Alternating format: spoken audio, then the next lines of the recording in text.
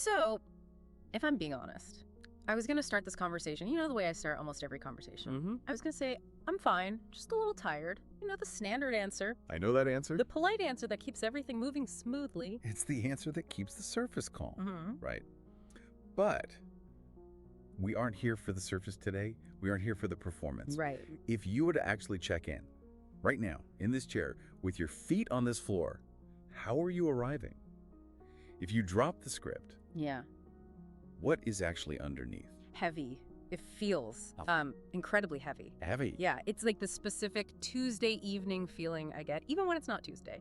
I can picture it perfectly. It's 8:00 p.m. I've done a 12-hour day. I've cleared the inbox. I've put out all the fires. I've been the fixer for everyone. Okay. My partner comes in and asks, hey, how was your day? Do you want to talk? And the reflex is immediate. I smile. I say, of course. But my jaw is locked so tight it feels like the bone might snap. Okay. And my chest. It feels like there's a literal cold stone sitting right in the center of it. Stay with that for a moment. Don't rush past it. Okay. The jaw locked, the stone in the chest. Yeah. You're saying yes with your mouth, but your body is screaming something else entirely. What is the body screaming? It's screaming, stop! Or maybe leave me alone, but I can't say that. So it's this weird dissociation. Dissociation. Yeah, it's like I'm physically in the room and emotionally I'm gone. I'm hovering on the ceiling, looking down at myself, making sure I'm saying the right things, making sure I'm being helpful. Not being too much. Exactly, not being too difficult. I'm completely empty, but I'm still pouring out. And the worst part is I feel guilty about it. I feel like I'm just being lazy or ungrateful. Like, why can't I just be present? Why is this so hard? Okay, let's just pause right there. That word, lazy.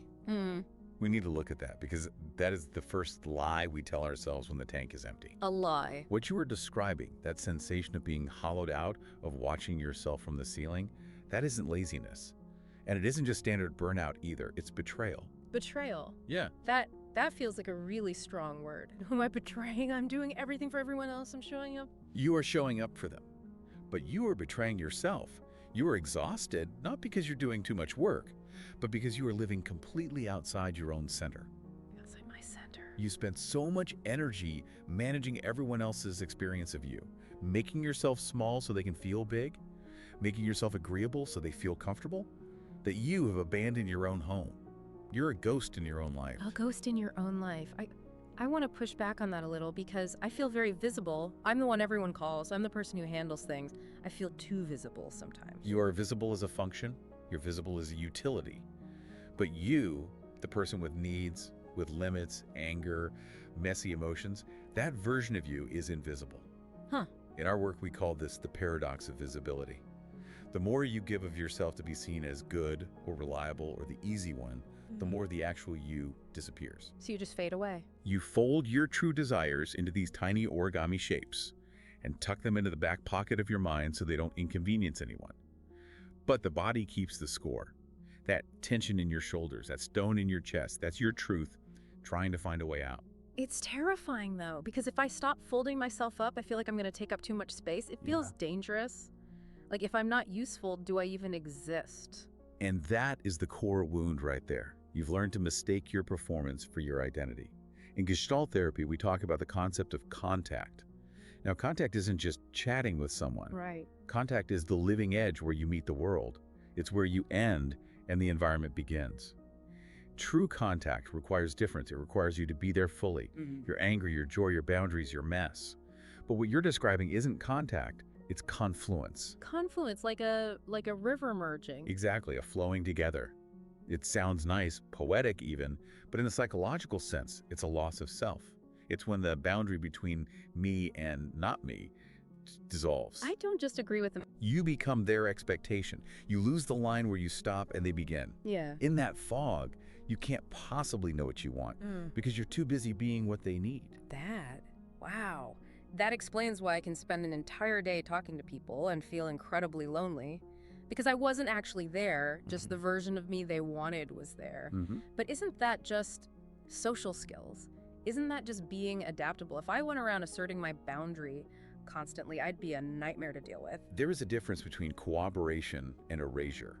Cooperation is, I have a need, you have a need, let's work this out. Confluence is, I don't have a need, I only have your need. It's a survival strategy. It is. And it's not just a mindset, it's a mechanical breakdown in how you process reality. We call it the cycle of experience. A cycle of experience. Okay, walk me through that. Think of it as the biological loop of how any organism interacts with the world. In a healthy cycle, it goes like this. Step 1 is sensation. You feel something vague, maybe a rumble in the stomach. Step 2 is awareness. You name it, I am hungry. Step 3 is mobilization. You get up.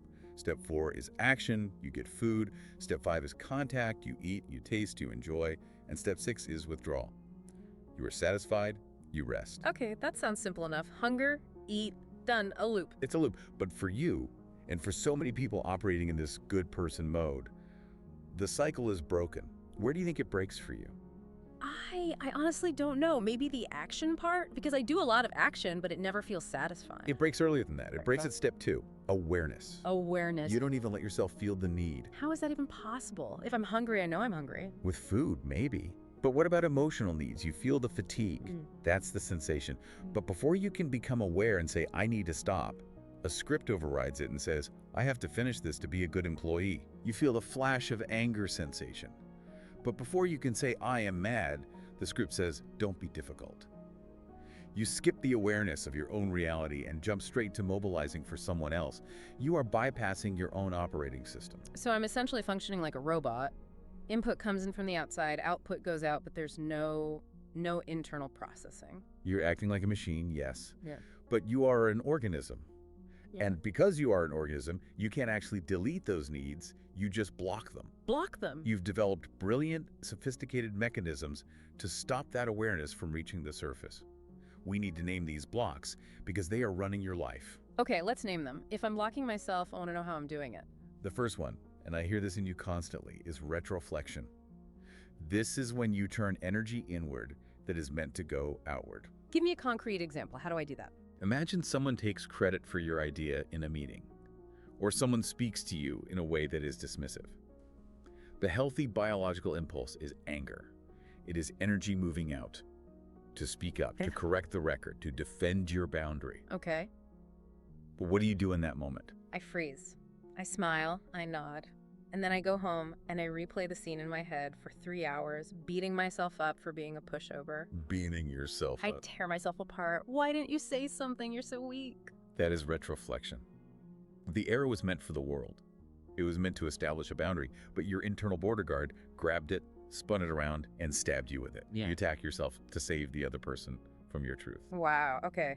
That is painfully accurate. I do that constantly. If I'm frustrated, I assume it's my fault. If I'm tired, I assume I'm weak. It feels safer to hurt myself than to risk conflict. Safer, perhaps, Ugh. but the cost is your vitality. Here's another one, projection. We often think of this as just seeing things that aren't there, but in Gestalt, it's more specific. It's disowning parts of yourself and seeing them in others. Do you ever look at people who set hard boundaries?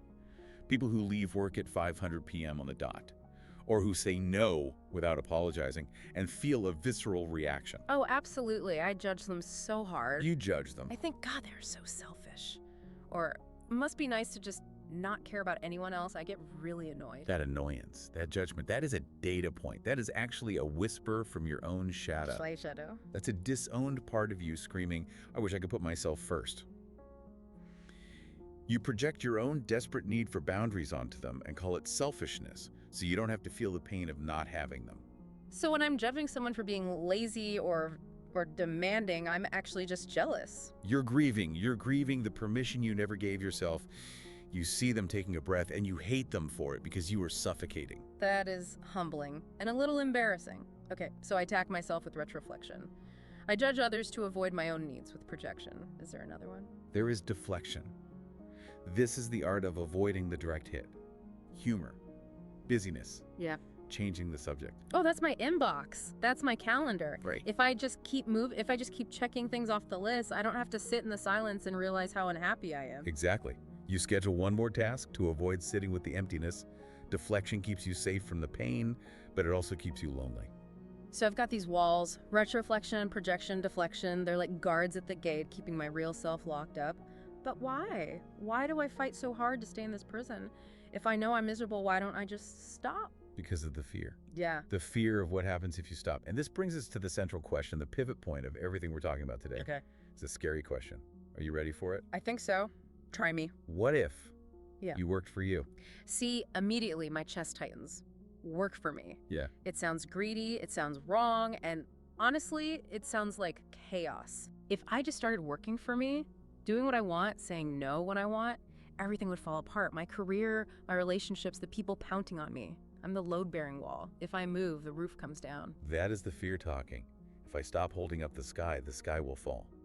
But I want to offer you a different perspective, a reality check. Okay. What if everything has already fallen apart inside you? What do you mean? You're holding up the exterior, sure. The deadlines are met, the family dinner is cooked, the appearance is intact, but inside, the joy is gone. The connection is gone. The aliveness is gone. So the structure is a ruin? The structure you are so afraid of breaking is actually a ruin. You're just standing in the doorway so no one notices the roof has caved in. That is devastating, but it feels true. I'm protecting a ruin, I'm keeping the facade painted, but there's nobody home. And here is the liberation. The world won't collapse if you choose yourself, but your performance will. The false self, the good one, the pleaser, the ghost, that will collapse. And it needs to. But how do I even start? I feel like I've been doing this for so long, I don't even know what working for me looks like. It feels like I have decades of bad habits to undo. I'm wired this way now. You don't undo the past. You can't. But you can deal with what we call unfinished business. Unfinished business. It's the emotional charge that lingers from all those moments you didn't speak, didn't act, didn't choose. Every time you swallowed a no at age 14 or age 25, that energy didn't just disappear. It's still there. It's waiting. It's stored in that stone in your chest. You can't go back in a time machine. But you can complete the gestalt, the whole, by acting differently now. So saying no to a request today, that's not just about today. No. It's about healing the history. When you say no today, honestly, firmly, kindly, you are completing the no you swallowed 10 years ago. You are proving to your nervous system that you are allowed to exist, that you are safe to have boundaries. So you're retelling the story. One moment at a time. It changes the definition of responsibility, doesn't it? I always thought responsibility meant taking care of everything and everyone. Break the word down. Responsibility, the ability to respond. Ah. If you are exhausted, burnt out, resentful, and dissociated, do you have the ability to respond? No, I'm just reacting. I'm a reflex. I'm on autopilot. Exactly. Yeah. True responsibility requires a whole self. You have to be there to respond. You have to be fed to feed others. But we have to be honest about the cost. If I start showing up as my real self, not the yes machine, people are going to be surprised, maybe even angry. My boss might not like the new me. My family might be confused. Yes, they will. And this is the part nobody wants to talk about. When you change the script, the other actors in your play might not like their new lines. They signed up for a different character? Some people are in your life specifically because you fit into their dysfunction. Yeah. You were the puzzle piece that completed their need for control or their need to be served. If you change your shape, you won't fit anymore. So I might lose people. You might. People who only love the compliant version of you will pull away. And that is painful. It is a genuine loss. But the people who love you, the real you, the messy, complex, sovereign you, they will lean in. So the real ones stay. The relationship shifts from a transaction to a connection, and your energy. It stops being this frantic, depleting burst. It becomes a steady current. It sounds like finally exhaling after holding my breath for 20 years. But it's scary to let that breath go. It is, but the alternative is suffocation. So for the listener and for me, how do we take this from a nice conversation into actual life? Because tomorrow morning, the alarm is going to go off and the emails are going to be there. I can't just quit my life. We start small. We start with what's called phenomenological attention. That's a fancy way of saying stop judging, start noticing. Okay, noticing what? The body signals. When you open an email and your stomach drops, don't ignore it. Acknowledge it. I feel fear. When you agree to a meeting and your shoulders go up, notice it. I feel resistance. Don't fix it yet. Just stop gaslighting yourself. Stop telling myself I'm fine when I'm not. Exactly. Just admit the truth to yourself. I don't want to do this. I am tired. That feels doable. Reconnect step 1, sensation, to step 2, awareness. And then I want to offer a specific daily practice. It's a question to ask yourself at the end of the day, maybe when you're brushing your teeth or lying in bed. Ask this: Did I work for me today? I work for me today. And here's the most important rule. If the answer is no, which it often will be at first, Yeah. do not judge yourself. Do not go into the spiral of, I failed again. Just notice. Just notice. No, today I work for my anxiety. No, today I work for my boss's approval. Just notice. Awareness is the agent of change. By simply asking the question, you are planting a flag. You are remembering that there is an I to work for. It's gentle. I like that. It's not another to-do list item. It's just a check-in, a return to myself. It's a return to the contact boundary. It's saying, I am here. I matter. You know, talking about this, that stone in my chest, it feels a little lighter. Not gone. But maybe it's not a stone. Maybe just a knot that I can untie. It takes time. You are rebuilding a relationship with the most important person in your life, the one you abandoned. But the door is open now. Before we go, is there one last thing, one thought to leave us with? There is a question that I think is the most powerful provocation of all. It's something to hold in the silence after this deep dive ends. You don't need to answer right now. In fact, please don't. Just let it sit in the room with you. What is it? Ask yourself, what am I ready to stop pretending about? Wow. What am I ready to stop pretending about? Let that do the work. Thank you, I think. I'm going to just sit with that. You will. See you next time.